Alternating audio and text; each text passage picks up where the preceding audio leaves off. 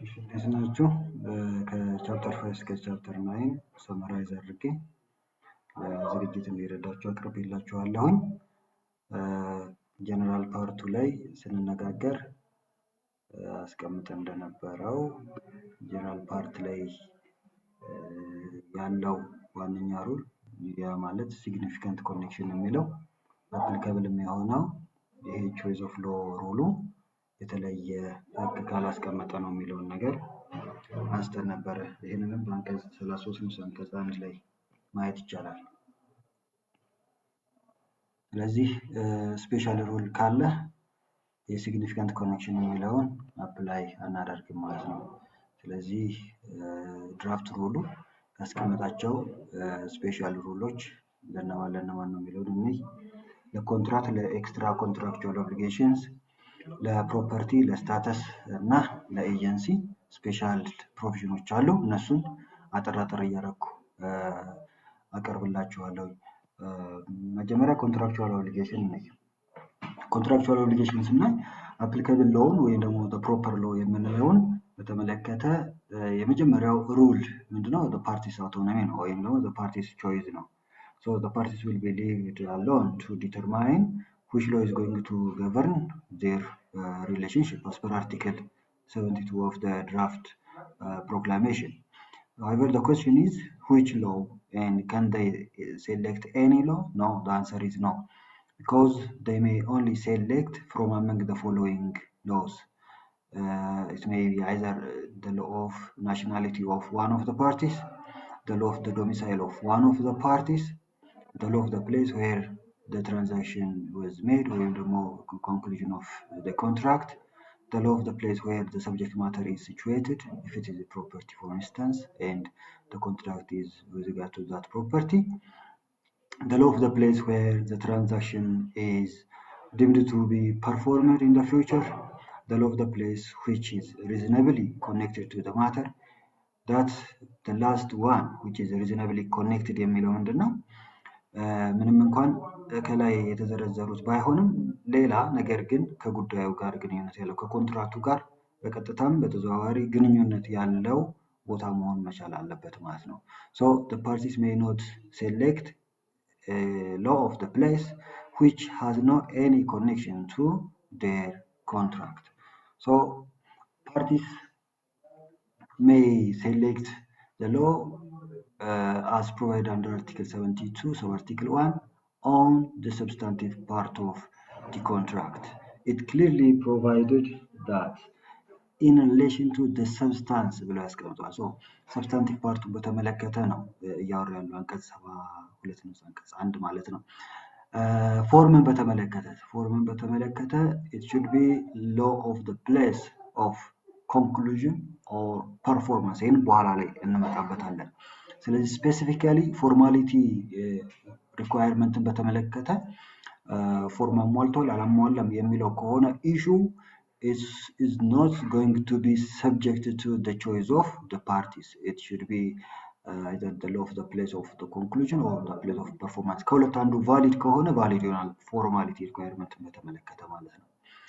በምን አይነት መልኩ ነው የሚመርጡት ያንን አፕሊካብል ሎ ወይ ፕሮፐር ሎ? it may be either implied ሊሆን ይችላል or it may be expressed ሊሆን ይችላል ማለት ነው።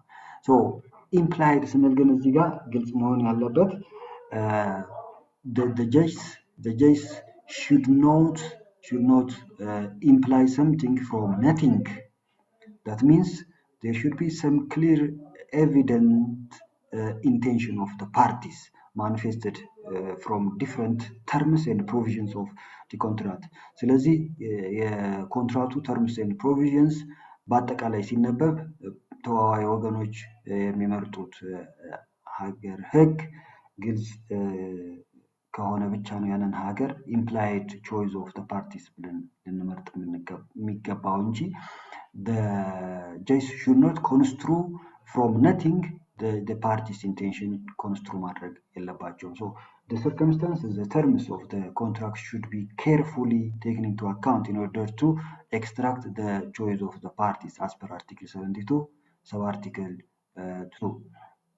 The second rule is what if the parties do not choose their the applicable law, the law that regulates their relationship. At this case, at this scenario, the law of the place with which the contract is significantly connected will be applicable. So significant connection የምንለው ጀነራል ሩል ላይ አንቀጽ ቅድም ያየነው አንቀጽ ላይ የተቀመጠውን ሲግኒፊካንት ኮኔክሽን አፕላይ እናደርጋለን ማለት ነው። ነገር ግን እዚህ ጋር ምንድነው ቶርት ላይ በኋላ እናያለን ሲግኒፊካንት ኮኔክሽን ማለት ምን ማለት ነው ብሎ በዝርዝር አስቀምጦታል ምን ከግምት ማስገባት እንዳለብን። ነገር ግን ኮንትራክት ላይ ሲግኒፊካንት ኮኔክሽን ለማለት ሰብጀክቲቭ ነው ማተሩ ኢሹ በምን አይነት መልኩ እንወስነው የሚለውን ነገር አያስቀምጥም ማለት ነው። ነገር ግን ወደ ኋላ ተመልሰን እዚህ ጋር ያየናቸው እነዚህ they may be factors to be taken into account እነዚህ ነገሮች ኮንሲደር ማድረግ መቻል አለብን ማለት ነው። significant connection አለው ለማለት ለምሳሌ if the contract is concluded at a state which is known as X, if one of the parties nationality is X, if the place of performance is deemed to be state X, this and other factors may contribute and may push us to choose the law of state X. So it is comparing the relative connection between states and that particular contract in the relation of the parties to that state is important. ስለዚህ ኮንትራክትን በተመለከተ ሁለት ህጎች አሉ። አንደኛው የፓርቲዎቹ ምርጫ ነው። የፓርቲዎቹ ምርጫ አይደንቲፋይ ማድረግ ካልተቻለ ደግሞ ሲግኒፊካንት ኮኔክሽን ነው ማለት ነው። ለዚህ ኤክሰፕሽኖችን ስናይ የመጀመሪያው ምንድነው የማይንቀሳቀስ ንብረት ጋር የተገናኘ ውል ከሆነ the law of the situs should be applicable. The same wise as that of the jurisdiction, the situs should be given the primary choice with regard to contracts that are related to unmovable property. However, there is an exception to this. If the issue is related to the formality of the contract of that immovable property, then as I have already mentioned before, the law of the place of conclusion or performance of the contract should be applied instead of the law of the situs. But if it is related to the substantive part of the contract of immovable property, it should be the law of the situs. With regard to issue of movable versus immovable, we should directly apply the Ethiopian law. If the parties are in contention whether that property is movable or immovable, then we should apply an Ethiopian law. For instance, under Ethiopian law, property that is permanently attached to an immovable property, even if it is movable, should be considered as an immovable property since it is an intrinsic part of immovable property ስለሚል ማለት ነው። So with regard to an issue of whether that property is movable or immovable, it should be left to the Ethiopian law. So Ethiopian courts should directly apply Ethiopian law if there is an issue just like this. The second exception is in relation to protected contracts.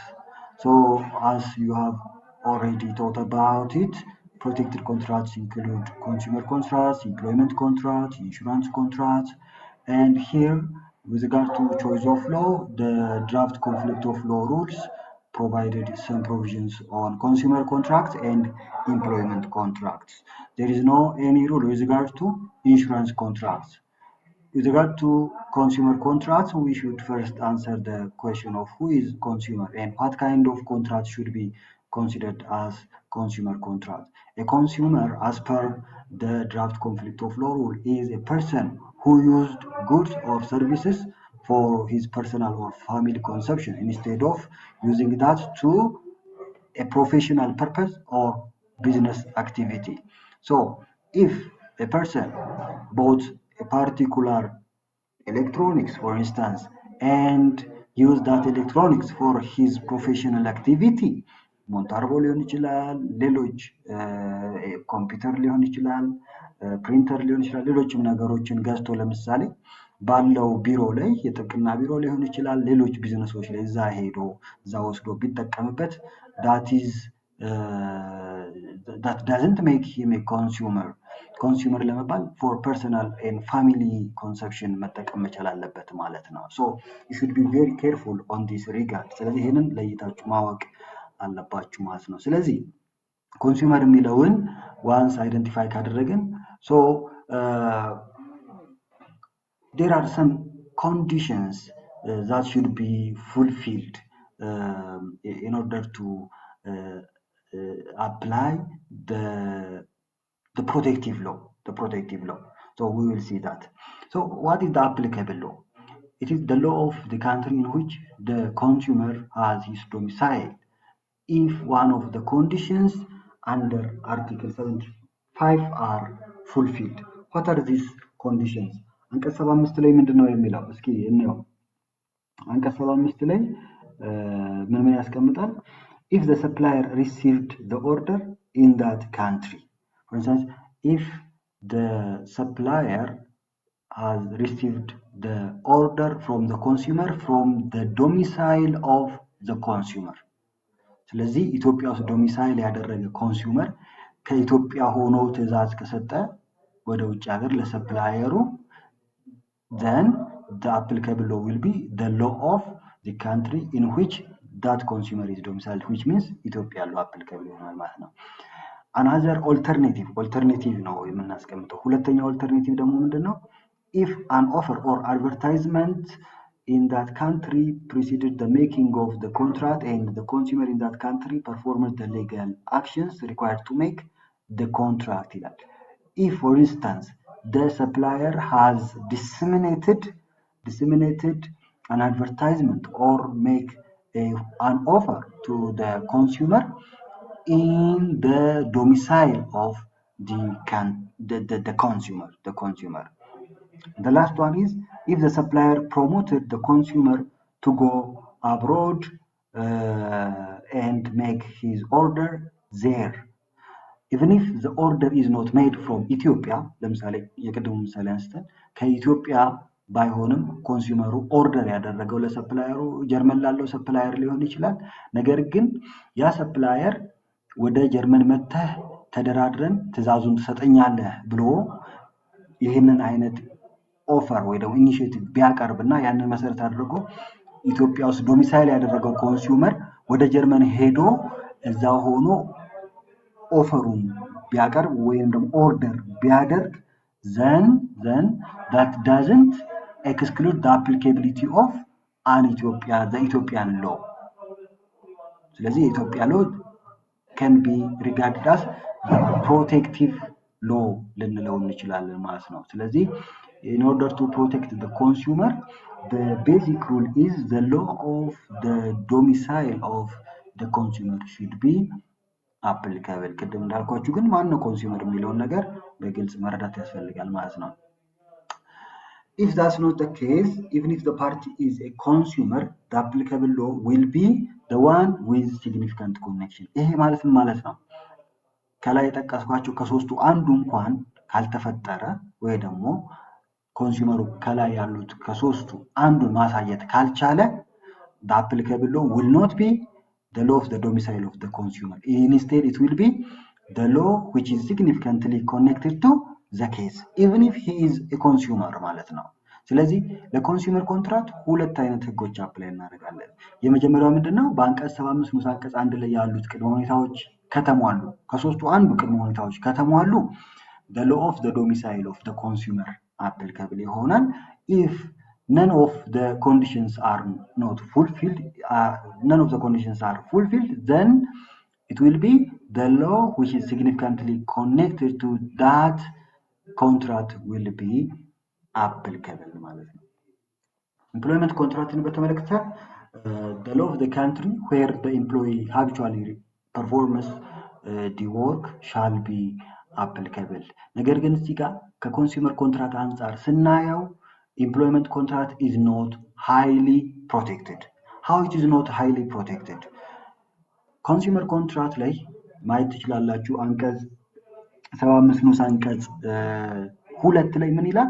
any provisions to the contrary shall be of no effect ይላል። ስለዚህ በኮንሱመሩ እና በሰፕላየሩ መካከል ቅድም የጠቀስናቸውን ሁለቱን ህግጋት ድንጋጌዎች የሚጻረር ነገር መስማማት አይችሉም ማለት ነው። ለምሳሌ the rule is the law of the domicile of the consumer ብለናል። ይሄ አይሆንም ብለው በኮንሱመር ኮንትራታቸው ላይ ማስገባት አይችሉም ብሎ ያስቀምጣል። it is for the protection of the consumer ማለት ነው። ነገር ግን ኤምፕሎይመንት ኮንትራክት ላይ ስንመጣ እንደዚህ አይነት ድንጋጌ የለም። ያ ማለት ምን ማለት ነው? ለምሳሌ አንቀጽ 76 ንዑስ አንቀጽ 3 ላይ ምን ይላል? the parties may subject the employment contract to the law of the country of the employee's domicile or of the employer's seat of business domicile or residence ይላል።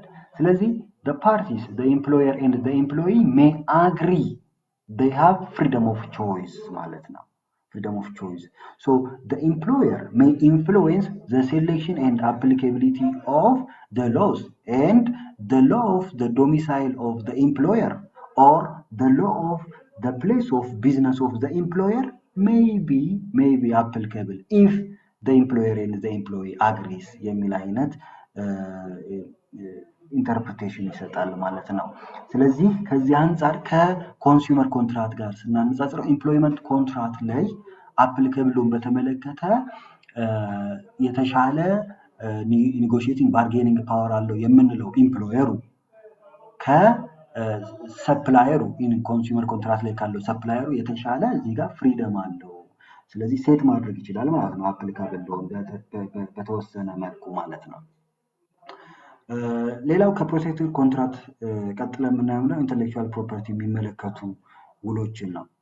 So as per article 77 say for the applicability of choice of the parties ለማለት ነው the law of the country where the transferor or licensor has his residence ብሎ ያስቀምጣል ማለት ነው። Here the parties have the right to choose as per article 77 sub article 2. If there is no choice, it should be the law of the country where the transferor or the licensor has his residence. So for instance, transfer of a copyright, transfer of a patent or any other rights should be subject to article 77. The fourth exception is donation. Donation as per article 78. There are two types of donations.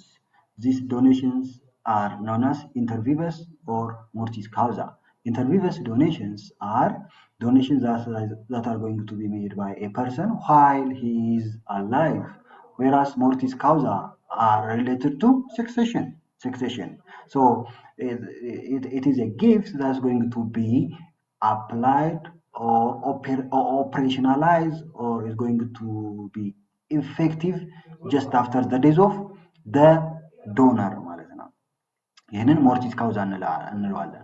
ስለዚህ ዶነሩ በህይወት እያለ ለሪሲቨሩ የሚሰጠው ጊፍት ወይንም ደግሞ ስጦታ በተመለከተ በኮንትራክት ሎ ነው ገቨርን የምናደርገው አንቀጽ 78 ማለት ነው። ከሞተ በኋላ የሚፈጸም አይነት ስጦታ ከሆነ ሞርቲስ ካውዛ የምንለው we should resort to the choice of law on succession ማለት ነው። ስለዚህ the applicable law for inter vivos donation is the personal law of the donor. It is clear from article 78. ፐርሰናል ሎ ምንድነው የሚለውን ስታተስ ላይ ስንመጣ በደንብ እናየዋለን። ፐርሰናል ሎ ማለት ምን ማለት ነው የሚለው if the case or the issue is related to the formality of the donation contract, then article 79 should be applied. Article 79 provided that a contract shall be valid as to its form if it conforms to the law governing the contract or to the law of the place where it is concluded or performed ይላል። ከዚህ በፊት በተደጋጋሚ ሳነሳው እንደነበረው ፎርማሊቲን በተመለከተ የትኛውም አይነት ኮንትራክት ኢቭን ኢሙቨብል ኮንትራክትም ለምን ኢሙቨብል ፕሮፐርቲ የሚመለከት ኮንትራክት ለምን አይሆንም? ፎርማሊቲን የሚመለከት ከሆነ a contract is valid form wise if it conforms with the formality requirements of the law of the place of conclusion of the contract or the law of the place of performance of the contract ማለት ነው። ለዶኔሽንም ተመሳሳይ ነው። Okay, if the parties with regard to formality already ብያለሁ አንቀጽ 79 ላይ ነገር ግን ምን ይላል?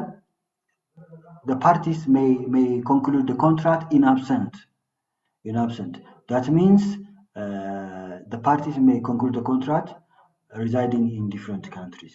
In this case, if the contract is valid based on one of the two countries, then the contract will remain formally valid ይሆናል ማለት ነው።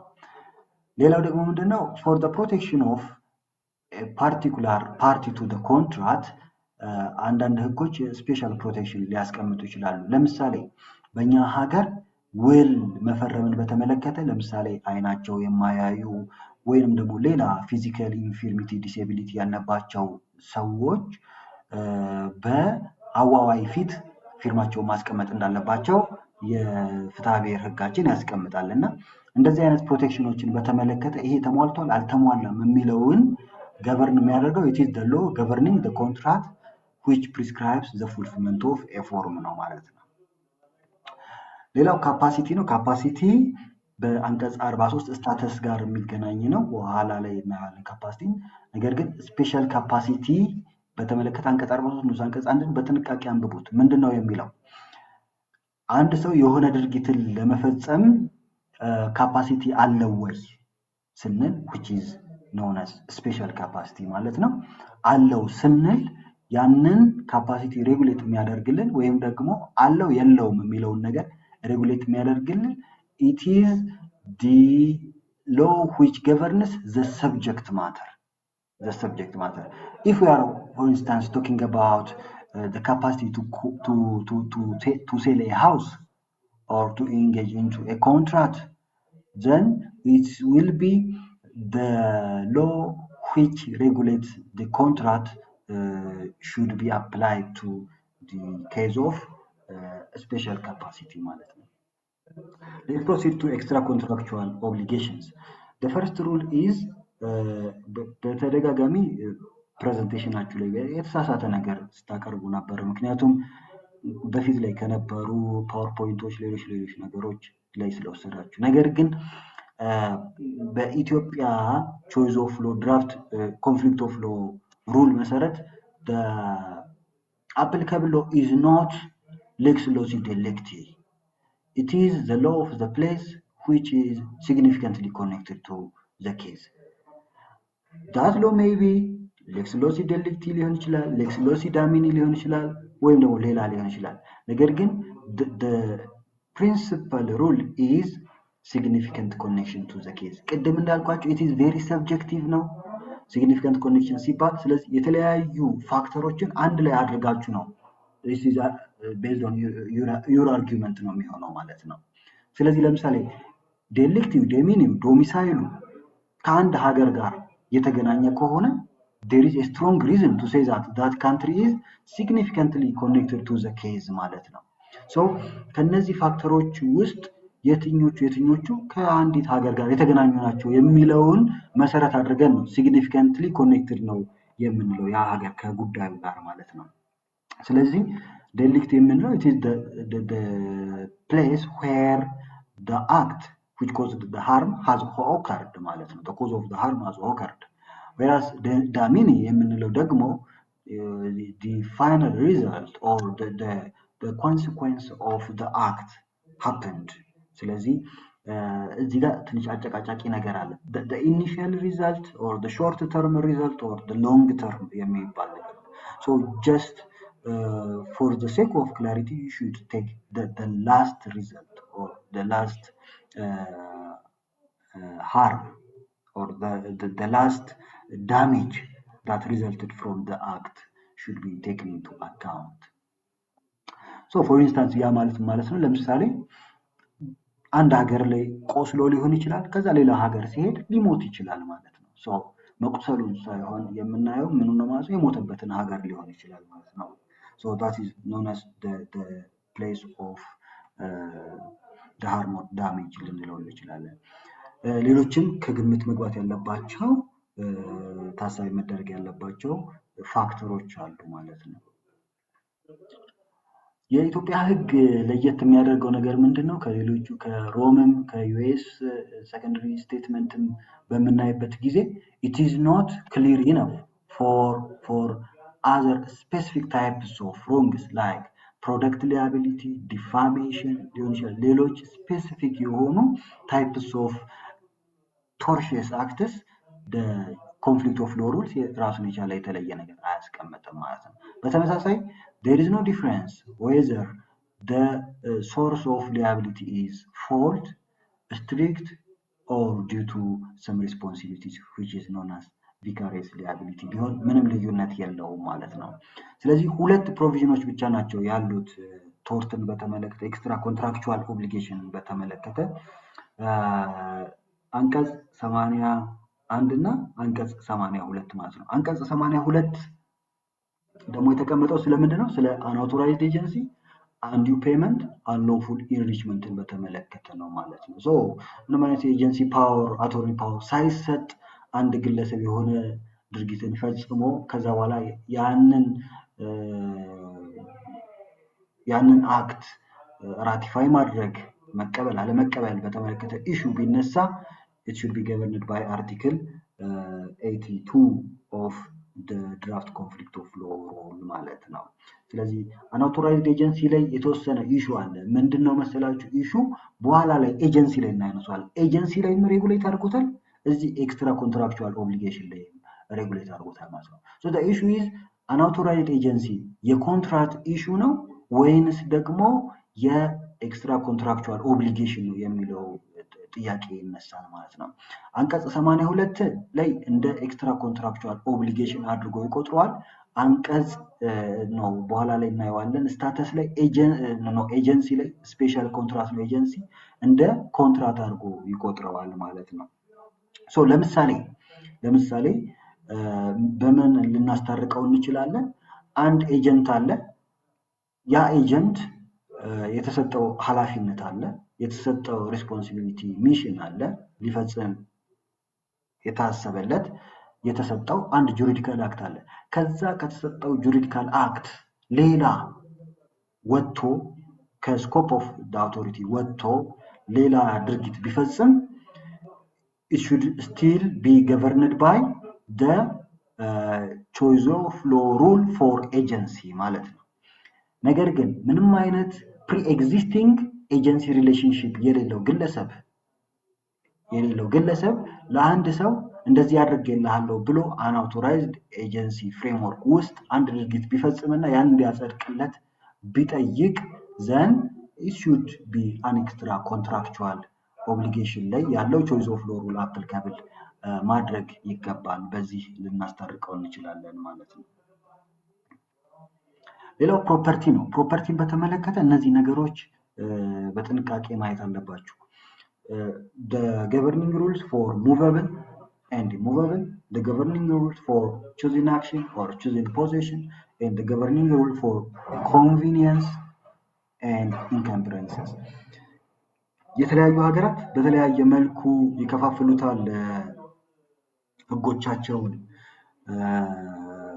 choice of law እንዲሁም ደግሞ ሰብስታንቲቭ ሎን በተለያየ አይነት መልኩ ይከፋፍሉታልና በኢትዮጵያ ሰብስታንቲቭ ፕሮፐርቲ ሎንስ እና ሙቨብል ቨርሰስ ኢሙቨብል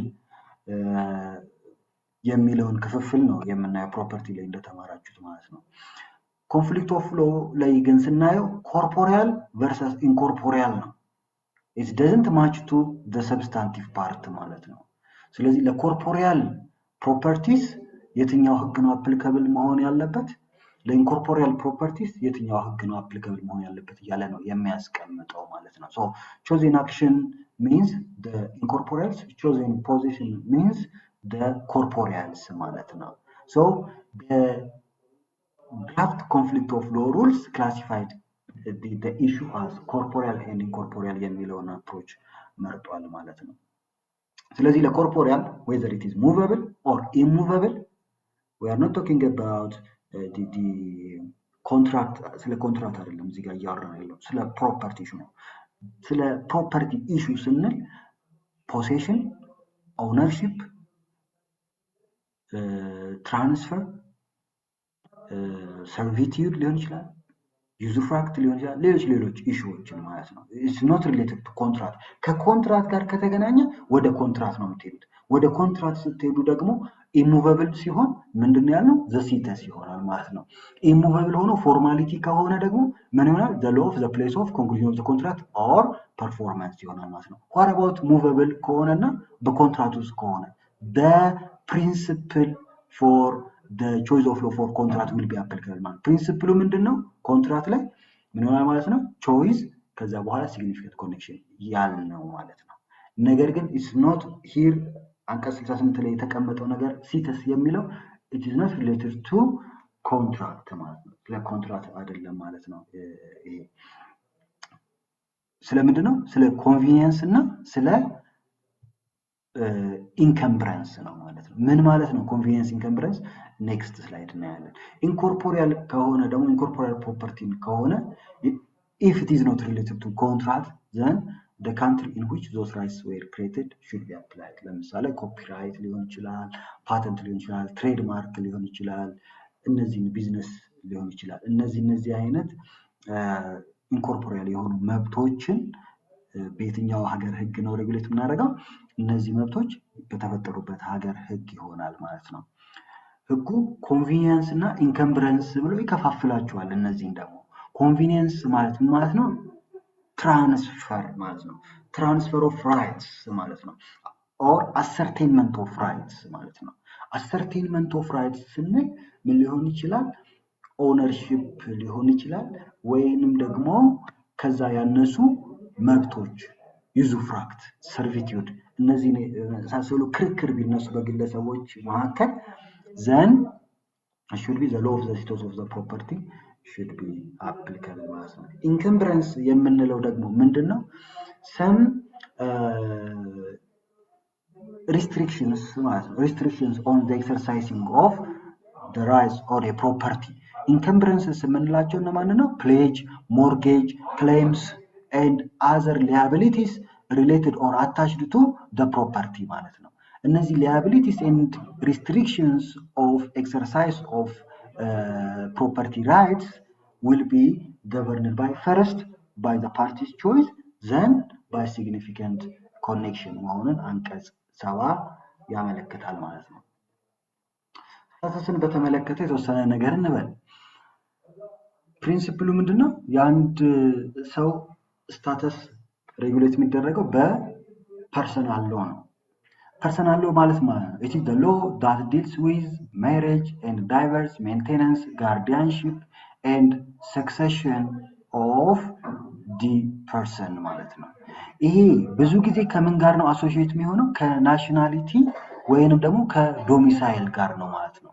ስለዚህ የኔ እንደ ግለሰብ ፐርሰናል ሎ የሚባለው ዶሚሲላሪ ወይም ደግሞ ናሽናሊቲ ይሆናል ማለት ነው። ስለዚህ አንዳንዶች ከሃቢቹዋል ሬሲደንስ ጋር ያገናኙታል። that's not the case። እኛም ትኩረት መስጠት ያለብን አሁንም ሲቪል ኮዳችን ላይ ስለ ዶሚሳይል አለ። ያንን መሰረት አድርገን ዲተርማይን ማድረግ እንችላለን ማለት ነው ፐርሰናል ሎ። ስለዚህ the personal law of the person is associated to the law of the domicile or nationality of the person ማለት ነው። so capacity ቅድም ስፔሻል ካፓሲቲ ጋር አያይዤ አንስቼዋለሁ። capacity of the person በምንድን ነው ሬጉሌት የሚደረገው? it should be the same as the principle which is the personal law of the person. It is provided from article 43 to article 45 and there is also an exception when he has no capacity as per his personal law but has capacity as per the law of the place where the act is to be performed. Even if that person has no capacity based on his domiciliary law but the act is going to be finally performed outside of his domiciliary then he may be considered to have capacity እንዳለው እንቆጥር እንችላለን ማለት ነው። ለምሳሌ ኤጀንሲን እንመልከት። ለምሳሌ ለአንድ ከ18 ዓመት በታች ላለ ልጅ ኤጀንሲ ፓወር ብሰጠው በኢትዮጵያ ህግ ከ18 ዓመት በታች ያው ኮንትራት ውስጥ መግባት ስለማይችል he will be incapable ማለት ነው። ስለዚህ በፐርሰናል ሎ ኦፍ ዳት ማይነር he will not have a capacity። ነገር ግን ያንን ድርጊት እንዲፈጽምልኝ ካፓሲቴት ያደረኩት ወይንም ደግሞ ኤጀንሲ ፓወር የሰጠሁት ለምሳሌ በዩናይትድ ስቴትስ ኦፍ አሜሪካ ከሆነ በአንዲት ስቴት ሀገር በዛች ስቴት ህግ ደግሞ ለምሳሌ 16 ዓመት ከማይኖሪቲ ወደ ማጆሪቲ የማደጊያ እድሜ ቢሆን then he should be considered to be capable ማለት ነው። ስለዚህ የካፓሲቲ ኢሹ አንድ መከራከሪያ ቢሆን then it will not be Ethiopian law but it will be that states in United States of America that states laws will be applicable to determine the capacity of the child ማለት ነው። exception to exception in which this thing article 45 ላይ ይመስለኛል ያለው ይሄ ኤክሰፕሽኑ applicable የማይሆነው ምን ሲሆን ነው? if the case is related to family law, succession and donations inter vivos ማለት ነው። ቅድም ያየነው አይነት ዶኔሽን ማለት እነዚህ በተመለከተ ግን ቶታሊ applicable የሚሆነው ህግ የትኛው ህግ ነው? personal law of the person ማለት ነው። ስለዚህ የሌላ ሀገር ህግን መሰረት አድርገን ካፓሲቲ ያለው ብለን ልንከራከር አንችልም ማለት ነው። ሜሬጅን በተመለከተ ሰብስታንቲቭን በተመለከተ it should be governed by the law which governs the status of the person at the time of the marriage ማለት ነው። ስለዚህ የባልየውን እና የሚስትየውን የእያንዳንዱን ፐርሰናል ስታተስ የሚወስነው ህግ at the time of the marriage የቱ ነው የሚለው ነገር ነው የምናየው ማለት ነው። ምክንያቱም ሁለቱ ከተለያየ ሀገር መጥተው ሊጋቡ ስለሚችሉ ማለት ነው። ስለዚህ እድሜያቸውን በተመለከተ ሊሆን ይችላል፣ አፊኒቲ ሊሆን ይችላል፣ ኮንሰግኒቲ ሊሆን ይችላል፣ ኮንሰንት ሌሎች ሰብስታንቲቭ ሪኳየርመንቶችን በተመለከተ the law that governs the spouse's status at the time of celebration of the marriage should be considered ማለት ነው። ስለዚህ የተለያየ ሀገር ህግ በአንድ ጋብቻ ላይ applicable ሊሆን ይችላል ማለት ነው። ለምሳሌ ጀርመናዊ ከሆነች ሚስትየው በጀርመን በ16 ዓመት ማግባት የሚፈቀድ ከሆነ ኢትዮጵያዊ ከሆነ ሰውየው በኢትዮጵያ ደግሞ 18 ዓመት ስለሆነ ሁለቱ በሚከራከሩበት ጊዜ ወይንም ደግሞ ክርክር ከተነሳ ሜሬጁ ቫሊድ አይደለም የሚል አቤቱታ ለምሳሌ ቢቀርብ የኢትዮጵያ ፍርድ ቤቶች ማየት ያለባቸው የኢትዮጵያን ህግ ለወንዱ የጀርመንን ህግ ለሴቷ መሆን አለበት ማለት ነው። ምክንያቱም substantive validity requirements should be governed by the law of the place or the law of the states that governs the status of the spouses ማለት ነው። exception ምንድነው? that law may be disregarded and Ethiopian law may be applied for the sake of public policy ለፐብሊክ ፖሊሲ ሲባል የኢትዮጵያ ህግ አፕላይ እንዲሆን ሊደረግ ይችላል። ቀላል ምሳሌ እናንሳ። for instance በጀርመን ህግ አማካኝነት ወንሳስ አክስትን ማግባት ይቻላል ወይ ደግሞ አጎትን ማግባት ይቻላል እንበል በጀርመን ህግ አማካኝነት። በኢትዮጵያ ህግ አማካኝነት ግን አይቻልም። ስለዚህ እንደዚህ አይነት ከፐብሊክ ፖሊሲ ከኢትዮጵያ ፐብሊክ ሞራሊቲ ጋር የሚቃረን አይነት ከሆነ የጀርመንን ህግ ዲስሪጋርድ አድርገን የኛን ህግ ሀገር አፕላይ ልናደርግበት እንችላለን የዛ ግለሰብ ላይ ማለት ነው። ሌላው ለምሳሌ የጀርመን ህግ በጣም ዝቅተኛ አድርጎ አይደለም እንጂ በጣም ዝቅተኛ አድርጎ ከ12 ዓመት ጀምሮ ማግባት ይቻላል ቢል የኢትዮጵያ ህግ 18 ነው የሚለው ባልየው 18 ሞልቶታል ሚስትየዋ ግን ለምሳሌ 12 ብትሆን ጀርመናዊቷ then for the sake of public policy for the protection of children and for the sake of violation of fundamental human rights and the criminal law the German law may be disregarded and Ethiopian law may be applied for the substantive elements or validity requirement of the marriage ማለት ነው። ፎርማሊቲውን በተመለከተ አንድ saying አለ a marriage valid where celebrated is valid everywhere የሚል። ስለዚህ በአንድ ሜሬጅ በተደረገበት ሀገር ፎርማሊቲን ካሟላ then it is valid everywhere. So በኢትዮጵያ ህግ አማካኝነት for instance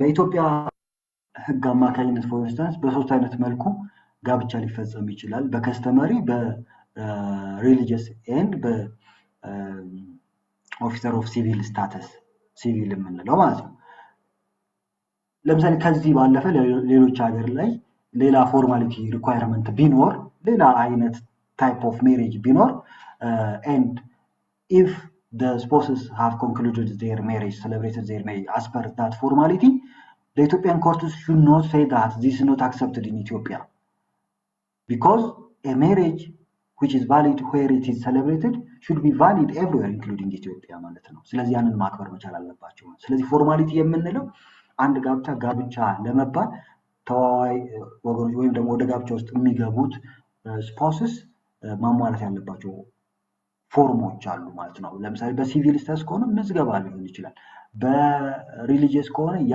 ሪሊጅን የሚፈልገው ተወሰነ ከስተመሪ የሆነ ነገር ሊኖር ይችላል ወይ ነው በሃይማኖቱ ህግጋት የተቀመጠ ተጋቢ ወገኖቹ ሊያልፉት የሚገባ ሊያደርጉት የሚገባ ድርጊቶች ይኖራሉ እነዛ ነገሮች መሟላታቸው ነው የምናየው ማለት ነው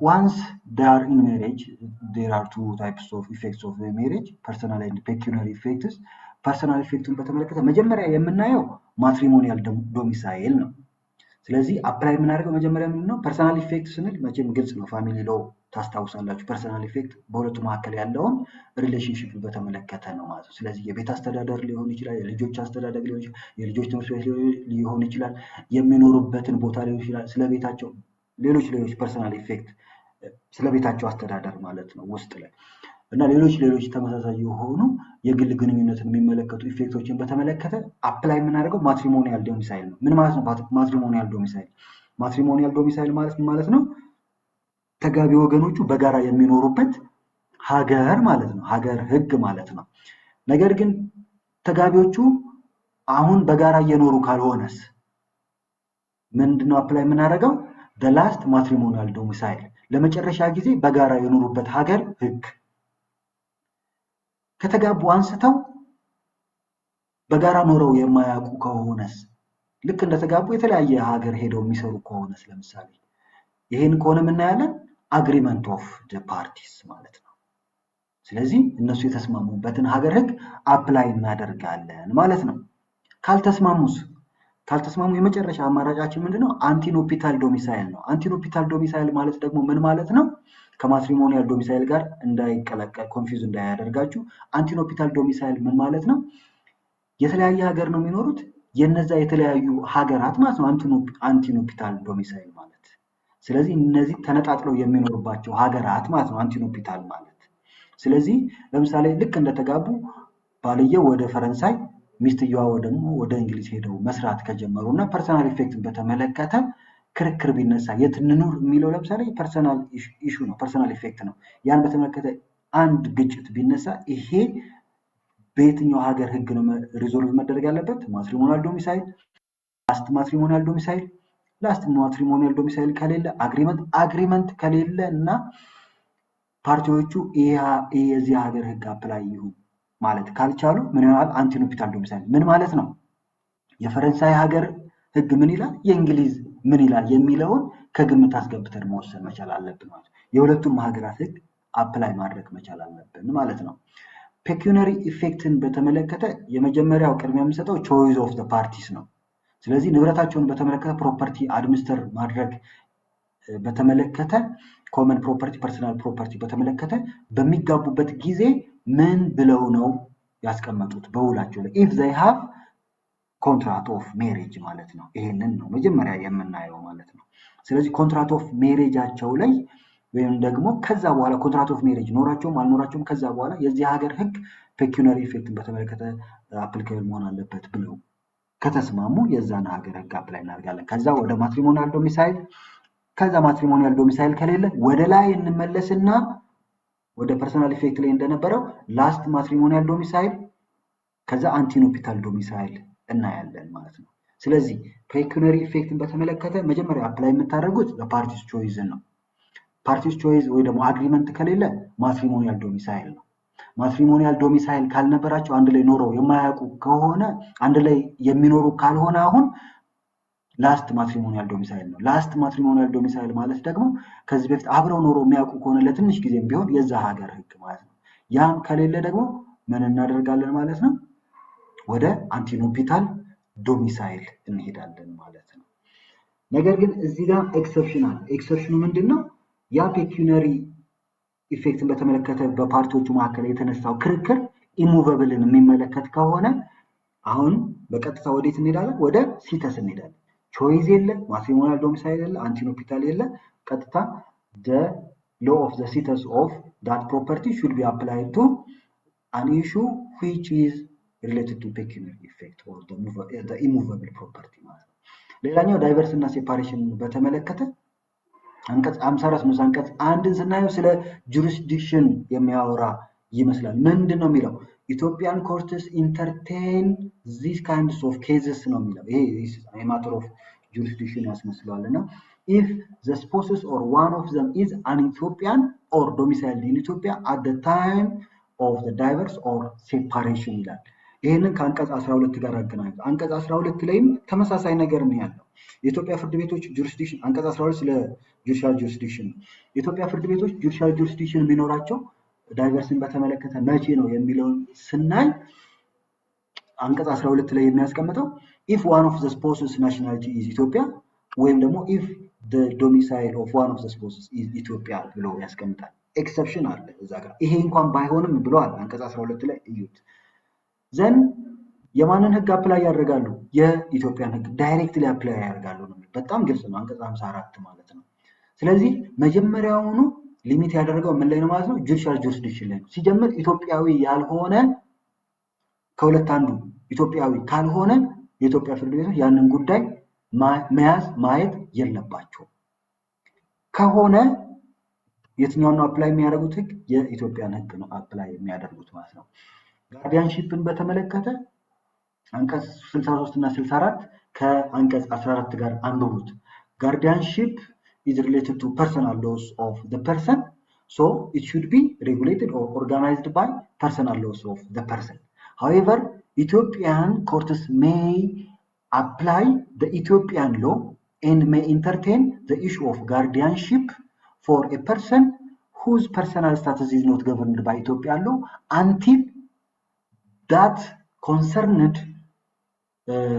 state regulates the guardianship of that person ማለት ነው። ስለዚህ ከዛ በፊት ግን ቴምፖራሪ የዛን ሰው ጋርዲያንሺፕ ሬጉሌት ሊያደርጉ ይችላሉ ማለት ነው። ለምሳሌ ከቤልጂየም የመጣ አንድ ህፃን ቢኖርና ጋርዲያንሺፑን በተመለከተ ሬጉሌት ካደረገ ለምሳሌ ኢትዮጵያ ከመጣ በኋላ ለምሳሌ ፓረንቱ ቢሞቱ ወይ አባትናቱ እዚህ ኢትዮጵያ ውስጥ ቢሞቱ ያን ቤልጂየማዊ በተመለከተ ጋርዲያንሺፕ ቴምፖራሪ ምንም እንኳን ፐርሰናል ሎ ቤልጂየም ቢሆንም የኢትዮጵያ ፍርድ ቤቶች የኢትዮጵያን ህግ መሰረት አድርገው ቴምፖራሪ ጋርዲያንሺፕ አሳይል ያደርጉለት እንደሚችሉ አይነት ማለት ነው። ሰክሴሽን በተመለከተ ኢሙቨብል ከሆነ ፕሮፐርቲው the law of the status should be applied, movable ከሆነ ደግሞ personal law of the deceased should be applied ማለት ነው። ሰክሴሽን ጁዲሻል ጁሪስዲክሽን ላይ ያነሳናትን ነገር እንዳትረሷት። ምን ብለናል? ኢሙቨብል ፕሮፐርቲ ከሆነ the status ማለት ምን ማለት ነው? በአንድ ጉዳይ ላይ ለምሳሌ አንድ ግለሰብ 2-3 ኢሙቨብል ፕሮፐርቲ ቢኖረው የተለያዩ ሀገራት ጁሪስዲክሽን ይኖራቸዋል ማለት ነው እዚህ ጉዳይ ላይ ማለት ነው። ምክንያቱም the court of the place where that immovable seat should have judicial jurisdiction. The same wise in the application of the laws in the choice of law layim apply መሆን ያለበት የትኛው ሀገር ህግ ነው? the law of the status of that immovable property. ኢትዮጵያ ውስጥ ላለው immovable property የኢትዮጵያ ህግ፣ ሱዳን ላለው የሱዳን ህግ ነው አፕላይ መሆን ያለበት ማለት ነው። ሙቨብል ፕሮፐርቲን በተመለከተ ግን እንደዚህ አይነት ዲፈረንስ የለም ማለት ነው። ያ ግለሰብ የሞተው ሰውዬ ኢትዮጵያ ውስጥም ኬንያም ሱዳንም ሌላም ሀገር ሙቨብል ፕሮፐርቲ ሊኖረው ይችላል። አፕሊካብል መሆን ያለበት ይሄን በተመለከተ ፐርሰናል ሎ ኦፍ ዘ ዲሲዝድ ነው ማለት ነው። ስለዚህ በሞተበት ጊዜ የት ነበር ዶሚስለሪ የሚለውን ነገር ነው የምናየው ማለት ነው። የዛ ሰው ስታተስ በየትኛው ሀገር ህግ ነው ሬጉሌት ሲደረግ የነበረው የሚለውን ነው የምናየው ማለት ነው። ዊልን እና ሞርቲስ ካውዛ ዶኔሽንን በተመለከተ the formality and the validity of ዊልን በተመለከተ በተመሳሳይ the personal law of the deceased should govern the issue ማለት ነው። የመጨረሻው የምናነሳው ኤጀንሲ ነው። ኤጀንሲን በተመለከተ ያሉትን ሪሌሽንሺፖች አንድ በአንድ እናያቸው። the first one is the relationship between the agent and the principal በየትኛው ነው ሬጉሌት የሚደረገው? ለምሳሌ ኤጀንቱና ፕሪንሲፓሉ መካከል ለምሳሌ ኤጀንቱ በክፍያ ከሆነ የሚሰራው የሚጠበቅብህን ክፍያ አልከፈልከኝም ብሎ ፕሪንሲፓሉን መክሰስ ቢፈልግ የየትኛው ሀገር ህግ ነው አፕሊካብል የሚሆነው? አንቀጽ 72 እና 73 ላይ ቅድም ኮንትራክት ላይ እንዳየነው ጀነራል ሩሉ ምንድነው? የመጀመሪያው ቾይስ ነው። ቾይስ ከሌለ ሲግኒፊካንት ኮኔክሽን እንሄዳለን ማለት ነው። በተመሳሳይ ለምሳሌ ፕሪንሲፓሉ የጣልኩብህን ኃላፊነት አልተወጣህም፣ ስለዚህ እንደ ኤጀንት ሊያቢሊቲ ያለብህ ብሎ ኤጀንቱን መክሰስ ቢፈልግ በተመሳሳይ አንቀጽ 72 እና 73 ቾይስ ዘን ሲግኒፊካንት ኮኔክሽን እናያለን ማለት ነው። ሌላኛው ሪሌሽንሺፕ ዘ ሪሌሽንሺፕ ቢትዊን ዘ ፕሪንሲፓል ኤንድ ዘ ሰርድ ፓርቲ ነው። ይሄ ደግሞ አንቀጽ 80 ንዑስ አንቀጽ 2 ላይ የተቀመጠው ማለት ነው። እዚህ ጋር ደግሞ አፕሊካብል የሚሆነው it is the law of the country expressly designated by the principal and the third parties። ስለዚህ በተመሳሳይ ምን ይሆናል ማለት ነው? ቾይስ ይሆናል። ነገር ግን ቾይስ ስንል ከላይኛው the relationship between agent and principal ላይ ካነሳነው ቾይስ የሚለየው ምንድነው? it should be expressly designated by the principal and the third party ማለት ነው። የሁለታችንን ግንኙነት የሁለታችንን ሻጭና ገዢ ሊሆኑ ይችላሉ። ይሄንን የግዢ ስምምነት በተመለከተ የዚህ ሀገር ህግ ሬጉሌት ያደርጋል ብለው ሊስማሙ ይችላሉ ማለት ነው። ነገር ግን ያ ስምምነት አንቀጽ 72 ላይ እንዳለው implied ሊሆን አይችልም። it should be expressly designated መሆን መቻል አለበት ማለት ነው። ሁለተኛው the law of the country in which the agent acted and if that is the domicile of the principal or the third party ነው ማለት ነው። ፓርቲዎቹ ካልተስማሙ ሰርድ ፓርቲውና ፕሪንሲፓሉ ካልተስማሙ ምን ይሆናል ማለት ነው? it should be the law of the country in which the agent acted ኤጀንቱ የት ሆኖ ነው ያንን ሁለቱን ሰዎች ያገናኛቸውን ጁሪዲካል አክት ኮንክሉድ ያደረገው የት ሀገር ሆኖ ነው የሚለው ነገር ይታያል ማለት ነው። ይሄ ብቻ አይደለም።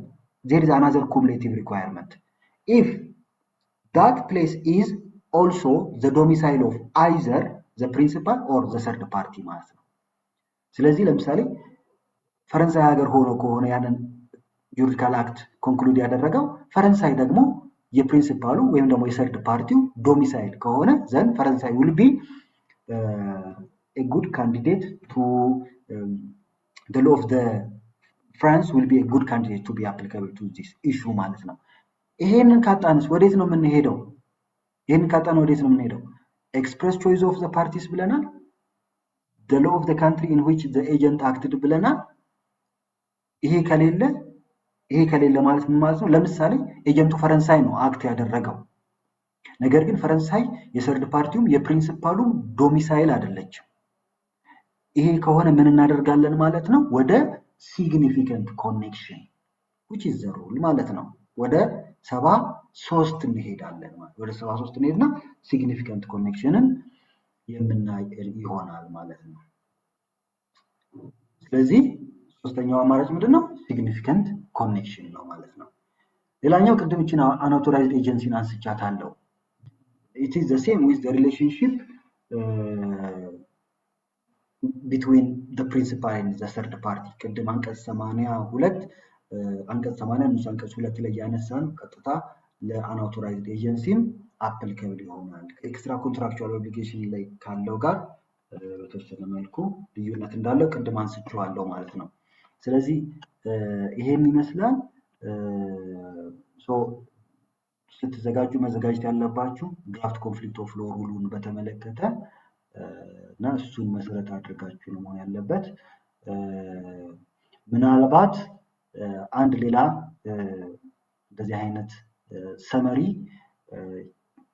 ቻፕተር 3 ላይ ቾይስ ኦፍ ሎው ላይ መስራት አስቤያለሁ።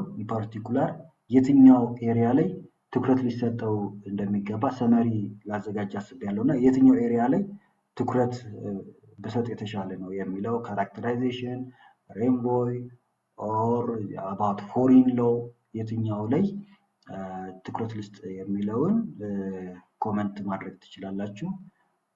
ጉድ ላክ።